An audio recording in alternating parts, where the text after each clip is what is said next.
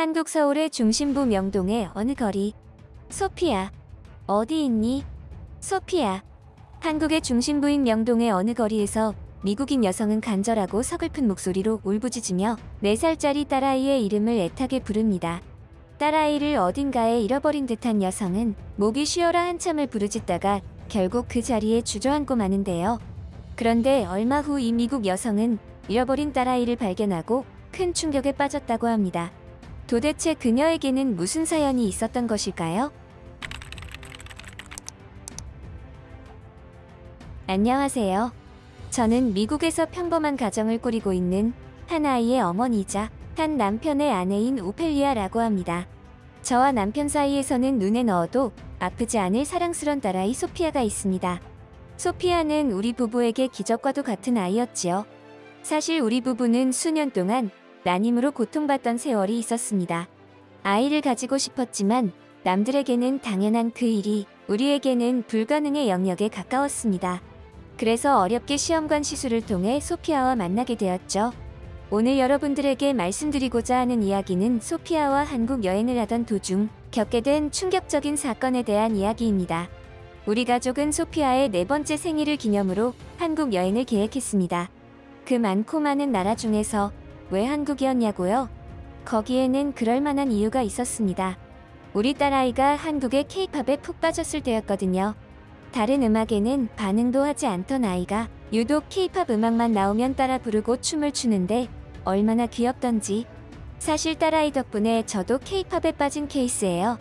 무엇보다 자극적이고 욕설만 난무하는 요즘의 음악들과는 다르게 가사의 내용이 너무나 매력적이었습니다. 자극적이고 욕설하지 않아도 이렇게 훌륭한 음악이 된다는 걸 많은 대중에게 알려주려는 것 같았죠. 이런 부분들도 한국이라는 나라에 대해 알아가면 알아갈수록 자연스럽게 고개가 끄덕여지는 부분이었습니다. 그렇게 한국이라는 나라에 우리 가족 모두가 매력을 느끼고 있을 때 남편이 딸의 4살 생일에 맞추어 한국 여행을 가자고 했습니다. 이때는 정말 꿈에도 몰랐죠. 한국이라는 나라에서 그런 일이 생길 줄은. 그렇게 우리 가족은 문화 콘텐츠로만 즐기던 한국을 직접 눈으로 보고 느낄 수 있게 되었죠. 한국에 도착한 우리 가족 모두는 설레다 못해 두근거리는 심장 소리가 귓가에 들리는 듯 했습니다. 마치 동경하는 우상을 만나러 온 사람들처럼 말이죠. 한국을 여행하기 전에도 다른 해외여행을 여러 번 다닌 적이 있었지만 이번에는 그 결이 달랐습니다. 심장의 두근거림이 그 반증이었죠. 떨림을 주체하지 못한 저는 가족들에게 저의 설렘을 전가했습니다. 와, 여보, 소피아. 우리 드디어 한국에 도착했다. 떨리지? 뭐부터 할까? 일단 호텔에 가서 짐부터 풀고 생각해볼까? 어휴, 한국이 이렇게 복잡한 나라였어. 이러다 우리 미아 되겠다. 예약해둔 호텔에 도착한 우리 가족은 짐을 풀어놓고 미국에서 짜놓은 계획표를 보며 관광 일정을 확인했습니다. 여러 관광지, 맛집들, 쇼핑 핫플레이스 등 이 중에서 한 곳이라도 빠지지 않도록 꼼꼼하게 시간을 챙겨 놓았죠. 처음 며칠 동안에는 서울 위주로 관광을 즐기고 다음에는 부산 지역을 관광할 계획을 잡았습니다. 우리는 시간상 식사를 호텔에서 먹은 다음 바로 관광을 즐기러 나갔습니다. 오전 9시경 첫 번째로 방문한 곳은 경복궁이었습니다. 오전 시간이어서 그런지 예상보다는 사람도 그리 많지 않았고 드라마에서나 보던 궁궐의 멋진 풍경을 만끽할 수 있었습니다. 경복궁을 입장할 때 매표소를 보니 한국인 분들도 계셨고 우리 가족과 같은 외국인 분들도 많았습니다. 한국분인 경우에는 특정 서류를 제출하면 무료로 입장이 되나 보더라고요. 외국인인 우리들은 당연히 돈을 지불하고 입장하고 있었습니다. 하지만 우리 가족은 돈을 지불하지 않고 무료로 입장이 가능했습니다. 물론 입장료 자체는 엄청 저렴해서 지불하는 게 부담은 되지 않았지만 특별한 경험이 하고 싶어서 한국에 방문하기 전에 많은 공부를 하고 왔기에 가능했던 체험이었지요. 우리 가족들은 모두 근처에서 한복을 빌려서 입고 경복궁에 왔습니다. 경복궁에서는 한복을 입고 입장을 하게 되면 무료로 입장이 가능한 이벤트를 하고 있거든요. 별것 아닌 것 같지만 우리 가족에게는 너무나 행복한 경험이었습니다. 특히 우리 딸 소피아가 어찌나 좋아하고 까르르 웃어대던지 그 모습만 보고 있어도 너무 행복한 거 있죠? 정말이지 이때만 하더라도 행복한 우리 가족의 한국 여행에 그런 불행이 닥칠지는 상상조차 하지 못했습니다. 경복궁 관광을 충분히 즐기고 근처에 위치한 인사동으로 발길을 돌렸습니다. 인사동은 한국의 전통적인 거리로 한국 전통 공예품이나 수공예품들이 즐비해서 이것을 구경하고 구매를 할 수 있는 곳이죠. 또 다양한 식당들이 있어서 한국의 전통 음식들도 즐길 수 있는 곳이었습니다. 우리는 점심시간이 되자 인사동에서 전통 한정식을 먹었습니다. 아주 정갈하고 다양한 요리들이 나왔고 우리는 마치 한국의 옛 왕이 된 기분이 들었고 그런 경험은 어디에서도 느껴보지 못한 그런 느낌이었습니다. 그 맛도 아주 훌륭했죠. 식사를 마친 우리는 소화도 시킬 겸 청계천으로 이동하여 산책을 즐기며 시내의 분위기를 만끽했습니다. 이때까지는 저와 남편 그리고 소피아도 표정에서 행복함이 흘러넘쳤죠. 그리고 저녁 시간이 되기 전 오후 4시경이 되자 우리는 명동을 방문했습니다. 명동은 서울의 심장이라 불리는 곳으로 다양한 쇼핑거리와 음식점들이 있어서 이곳에서 쇼핑하다가 저녁을 먹으려고 했죠. 이곳저곳을 돌아다니며 쇼핑을 즐기고 있었습니다. 명동은 서울의 중심부답게 많은 외국인과 내국인들로 매우 번잡한 곳이었습니다. 그리고 그 사달이 나버리고 말았죠. 화장실이 급하다는 소피아의 말에 남편은 소피아를 데리고 화장실을 찾으러 갔습니다. 그리고 얼마 지나지 않아 전화기의 진동이 드르륵 울렸습니다. 여보, 큰일 났어. 소피아가 안 보여. 그게 무슨 말이야? 당신이랑 소피아 화장실에 가지 않았어? 그렇긴 한데 잠깐 나도 소변 보러 들어갔다 왔는데 소피아가 사라지고 없어. 이쪽으로 좀 와볼래? 쇼핑하다가 전화를 받은 저는 무언가 잘못되었다는 불길한 생각에 사로잡혔습니다.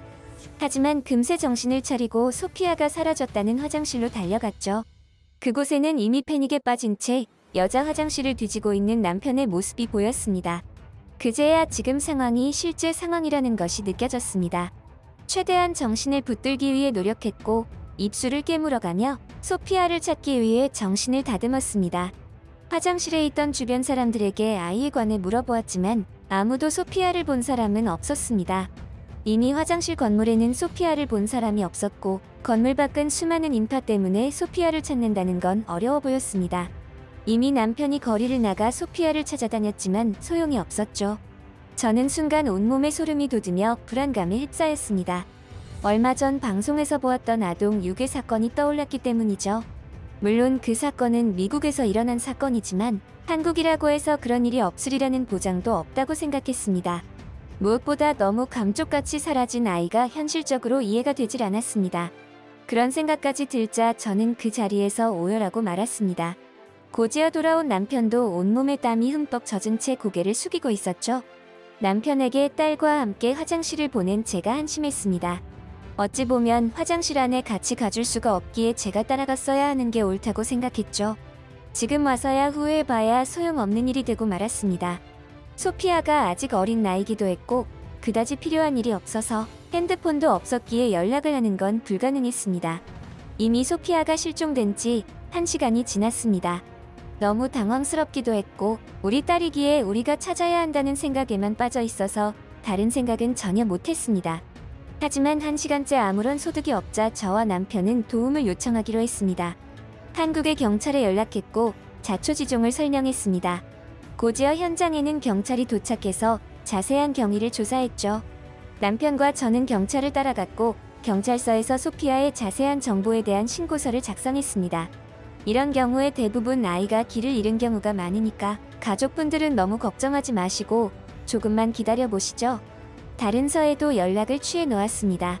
기본적인 한국어는 알고 있었지만 디테일한 대화까지는 무리였던 우리에게 친절하게도 영어로 설명해 주었습니다. 안심하고 기다려달라는 말에 저와 남편도 진정하려고 최대한 노력하며 그곳에서 기다렸습니다. 하지만 아무런 연락도 받지 못했죠. 이렇게 마냥 기다리기만 할 수는 없었습니다. 저와 남편이 찾아 나서지 않는다면 소피아를 영원히 보지 못할 것만 같은 불길함이 엄습했죠. 경찰은 신고서를 유심히 보더니 저희에게 물었습니다. 혹시 아이가 부모님의 연락처를 알고 있나요? 아니면 한국어를 할 줄 안다던지. 아니요. 휴대폰도 없고 저희 전화번호도 몰라요. 아직 너무 어려서 그런 교육은 하질 못했네요. 한국어는 아예 못하고 영어도 아직은 완벽하지 않아요. 경찰분의 질문에 낯이 뜨거워지는 느낌이었습니다. 그러고 보니 저는 이런 경우를 아예 대비하지 못해서 관련 교육을 전혀 하질 않았던 거였습니다. 그렇게 원하던 아이를 베고 거기에만 들떠서 정작 중요한 일들은 내팽개쳐놓고 살아온 제가 한심했습니다. 소피아만 다시 보게 된다면, 소피아를 찾을 수만 있다면 무슨 짓이든 다 하겠다고 생각했습니다. 경찰분들은 현장의 CCTV를 확보하고 가용할 수 있는 자원을 모두 사용하여 소피아를 찾고 있었습니다. 하지만 제가 기다리던 소식은 들려오지 않았습니다. 그 순간만큼은 1분이 하루처럼 길게 느껴졌습니다. 저는 조심스럽게 지금의 상황에 대해서 경찰에게 물었습니다. 혹시 유괴 사건은 아닐까요? 만약 그렇다면 어쩌죠? 저는 소피아 없이는 못 살아요. 제발 우리 소피아 좀 찾아주세요. 부탁드립니다. 예, 가족분. 물론 그런 가능성도 배제하지 않고 조사하고 있습니다. 하지만 한국에서는 그런 경우는 거의 드문 경우입니다. 정 불안하시면 저희랑 같이 현장에 가셔서 찾아보시죠. 그리고 깜빡하시고 말씀 안 주신 부분이 있으면 말씀해 주시고요. 아마 도움이 될 겁니다. 현장에 있던 CCTV를 모두 확보하여 조사하고 있지만 화장실 내부에는 카메라가 없었고 도로 쪽에만 있었는데 워낙 인파가 많아서 어린 아이의 모습을 찾는 게 힘든 상황인 것 같았습니다. 믿었던 CCTV에도 포착이 안 되어 있다면 소피아를 찾는 건 더 어려워지는 상황이었습니다. 조금이나마 도움이 될까 하여 저와 남편은 경찰을 따라 실종 장소와 그 인근을 돌아다니며 소피아를 찾아다녔습니다. 어느덧 소피아가 실종된 지 3시간이 넘은 시점이었습니다. 언젠가 방송에서 보았던 범죄 다큐멘터리가 생각났습니다. 유괴 사건의 경우에는 골든타임이라는 게 존재하는데 그 시간을 넘기면 아이의 목숨이 위험할지도 모른다는 내용이었죠. 그리고 그 골든타임은 이미 지났다고 생각했습니다. 그런 생각이 들자 마치 미친 여자처럼 울부짖으며 명동을 헤매고 다녔습니다. 바로 그때였습니다. 저와 남편을 데리고 현장에 다시 방문한 경찰분이 우리에게 다급하게 다가와 말했습니다. 가족분, 일단 서로 같이 가시죠. 네? 소피아를 찾았나요? 무슨 일이죠? 워낙 인파가 많은 곳이었고 시끄러워서 경찰분의 말이 제대로 들리지 않아 대화가 힘들었습니다. 일단 가자는 말에 경찰차에 타서 이동했습니다. 하지만 뭔가 이상했습니다. 지금 이동하는 경로는 아까 갔던 경찰서 쪽이 아니었습니다.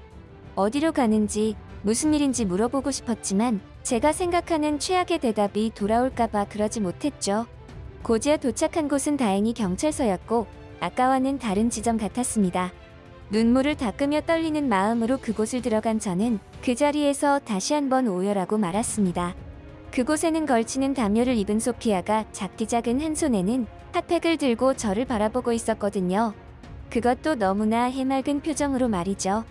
그토록 찾아다니던 소피아를 보자마자 저는 오열하며 소피아를 부둥켜 안았습니다.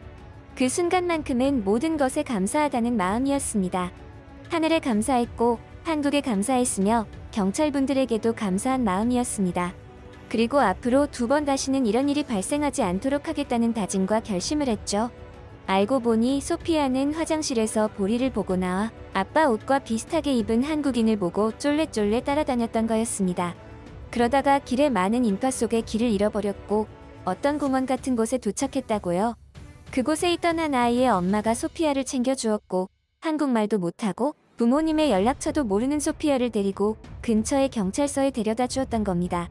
너무나 감사하게도 혹시나 아이가 추울까봐 소피아의 손에 미지근한 핫팩을 쥐어준 채로 말이죠. 그리고 그곳 경찰서에서는 제가 신고한 지점의 경찰서에 이 사실을 알려주게 되었던 겁니다. 경찰관분들, 너무 고맙습니다. 감사합니다. 한국, 감사합니다. 아직도 감정을 주체하지 못한 저는 서툰 한국말로 감사 의사를 전달했습니다.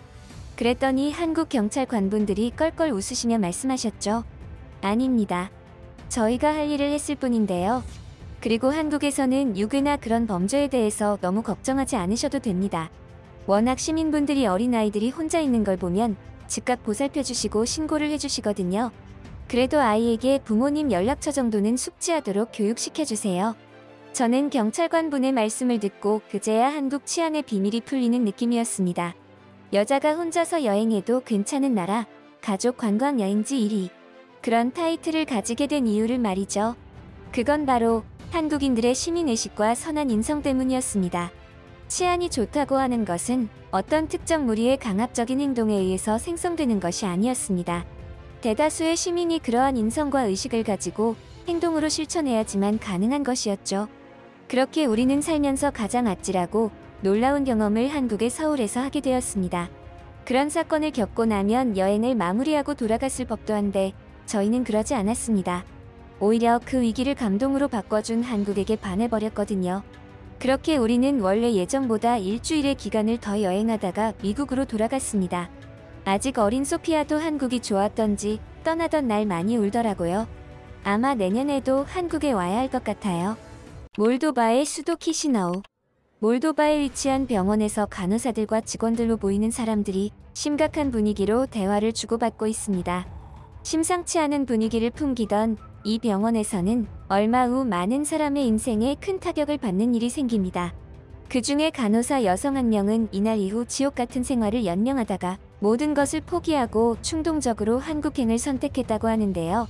그런데 이 여성, 한국을 여행하다가 일정을 다 채우지도 않고 다급하게 몰도바로 돌아왔다고 합니다. 도대체 그녀에게는 무슨 사연이 있었던 것일까요? 안녕하세요. 저는 몰도바의 한 병원에서 간호사로 일하는 알리나라고 합니다. 저에게는 아버지가 유일한 가족입니다. 아버지는 심장질환을 앓고 있으시죠. 그렇지만 큰 걱정은 하지 않습니다. 제가 병원에서 근무하는 간호사이기도 했고 몰도바에서는 간호사 일을 하면 먹고 사는 데는 지장이 없었으니까요. 또 조금씩 저축도 해서 아버지의 수술비도 마련하는 중이었습니다. 몰도바 내에서 누군가가 제 생활을 본다면 아마도 그만하면 충분히 좋은 생활 아니야? 라고 할지도 모릅니다. 아마 지금처럼만 지속 가능하다면야 저도 분명히 그렇게 생각했을 겁니다. 하지만 저는 최근 들어 심각한 불안 증세에 시달리고 있었습니다. 물론 거기에는 특별한 이유가 있었죠. 바로 얼마 전 동료 간호사들에게 들은 이야기들 때문이었습니다. 당시 몰도바는 전체적으로 경제 상황이 좋지 않은 상태였습니다. 그래서 그 여파가 우리 병원에까지 오게 된 모양이고요. 소문에 의하면 병원의 재정 상황 악화로 인해 직원 축소를 감행할 것이라고 합니다. 단순히 소문으로만 생각하고 치부하기에는 병원 내부의 분위기도 심상치가 않았어요. 다들 조용히 자신의 할 일에만 집중하고 있는 것처럼 보였지만 그 내면에는 누군가에게 밉보이지 않기 위해 안간힘을 쓰고 있는 게 보였습니다. 그러던 어느 날 제가 걱정하던 사태가 터져버리고 말았습니다. 병원에서 정식으로 공지가 내려왔고 소문대로 재정적인 이유로 인력을 감축한다는 내용이었죠. 불행하게도 감축되는 인력의 명단에는 저의 이름도 있었습니다. 간호사로 일하며 그나마 아버지의 병원비를 마련하고 있었고 수술 비용도 모으고 있었는데 낭패였습니다. 제가 해고되면서 우리 가정에는 불행의 기운이 감돌게 되었습니다. 제가 간호사로 근무하면서는 한 번도 해보지 않았던 끼니 걱정까지 하게 되었고 아버지의 병원비와 수술비를 마련하는 것도 저에게는 큰 숙제가 돼버리고 말았죠. 아버지는 심장질환을 앓고 계셨기에 육체적으로 무리를 하거나 정신적으로 스트레스를 받으면 안 되는 분이었습니다. 그런데 제가 해고되었다는 사실을 아시면 또다시 불안감에 휩싸여서 병이 악화할 것만 같아서 아직 말씀을 드리지 못했죠. 그동안에는 몰도바 국가 내에서도 나름 괜찮은 직업군에 속하던 간호사였기에 큰 부자는 아니어도 기본적인 의식주 걱정 없이 때로는 취미생활 하나 정도는 하면서 살아가던 게 가능했습니다. 하지만 이제는 그럴 여유가 하나도 없어졌죠. 공백 기간이 길어질수록 더 심해질 것이 분명했기에 빨리 다른 병원의 일자리를 알아보아야 했습니다. 아버지는 심장질환을 앓으시기 전에 농사를 지으셨습니다. 그렇게 열심히 일하셨음에도 우리 가정은 가난을 벗어나지 못했죠. 그래서 저는 가난이 너무 싫었고 하루빨리 지긋지긋한 가난에서 벗어나고 싶었습니다. 하지만 그런 생각만 했었지 실제로 가난을 벗어나기 위해서 어떠한 노력을 하지는 않았던 것 같습니다. 해고당한 지금의 주머니 사정을 보면 더더욱 확실해졌죠. 돈을 벌 수 있을 때 저축하지 않았던 것입니다. 조금 더 아끼고 아껴서 돈을 모았어야 했죠. 제가 이런저런 고민을 하고 있을 때 저와 함께 해고당한 간호사 친구는 다른 병원에 재취업을 했다는 소식을 들었습니다. 뒤늦게 저 또한 재취업을 위해 거의 대부분의 병원을 알아보고 다녔지만 더 이상 구인하는 병원은 없었습니다. 제가 해고당하고 부정적인 생각과 고민을 하고 있을 때 재취업에 성공한 친구는 행동으로 바로 실행했고 극악의 경쟁률을 뚫고 재취업에 성공한 것입니다. 물론 저의 굼뜬 행동력보다 심했던 것은 몰도바의 경제 상황이었습니다. 몰도바의 GDP는 16억 달러 수준입니다. 이것은 한국의 GDP가 약 1조 830억 달러인 것에 비하면 아주 보잘것없는 수치이죠. 전 세계의 평균보다도 낮은 수준이었습니다. 게다가 실업률도 점점 심해지는 추세였습니다. 저처럼 경제적인 어려움으로 인한 실직자들이 늘어나고 있다고 합니다. 이런 상황이다 보니 저에게 닥친 지금의 궁핍한 상황은 유독 저에게만 일어나는 불행은 아니었습니다. 국가의 경제가 어려워서 국민이 피해를 받는다고 해서 국가는 그 책임을 모두 지지 않습니다. 결국 국민들 개개인이 각자 알아서 살아남아야 하는 잔인한 세상이었습니다. 저 또한 마찬가지였었죠.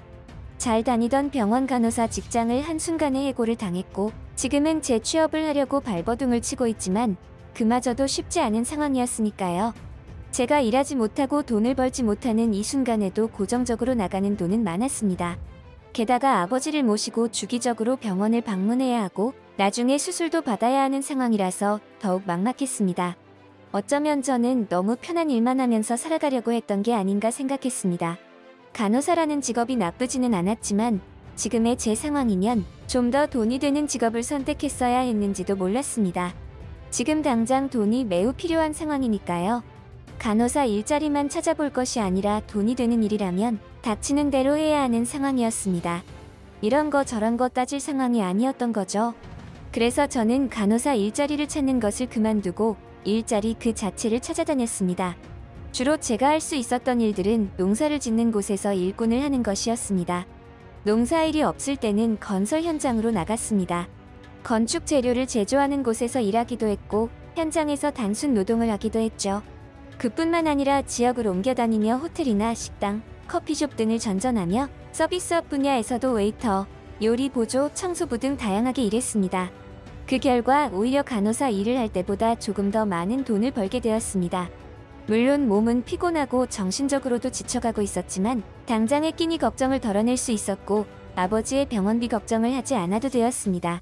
게다가 이대로 지속할 수만 있다면 아버지의 수술비도 조금씩 모아서 마련할 수 있을 것 같았습니다. 힘들었지만 그것만으로도 행복했어요. 하지만 그 행복도 잠시.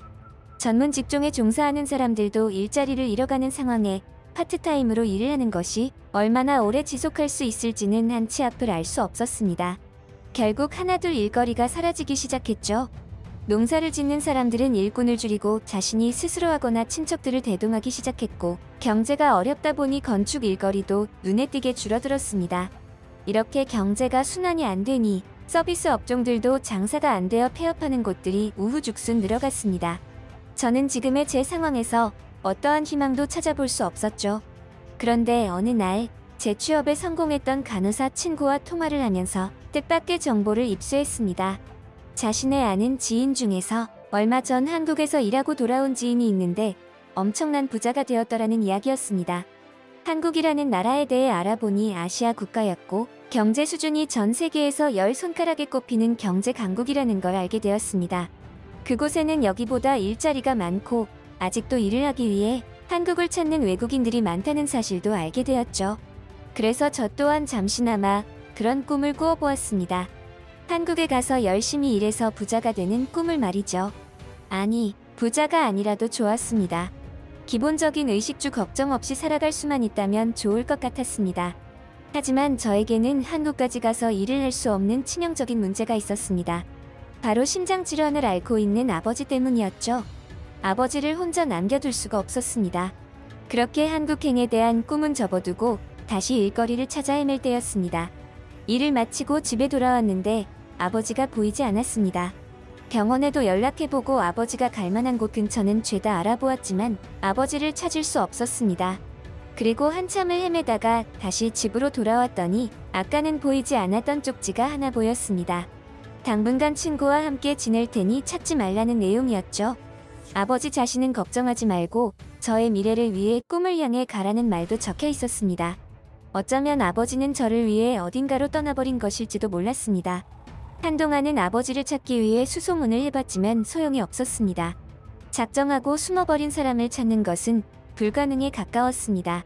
결국 저는 정신적인 한계에 도달하여 일탈을 생각했습니다. 이때는 정말이지 제가 왜 그랬는지 잘 이해가 되지 않습니다. 저는 그동안 힘들게 일해서 번 돈으로 한국으로 무작정 떠나기로 결정했습니다. 일하러 간다거나 뚜렷한 목적이 있는 것도 아니었습니다.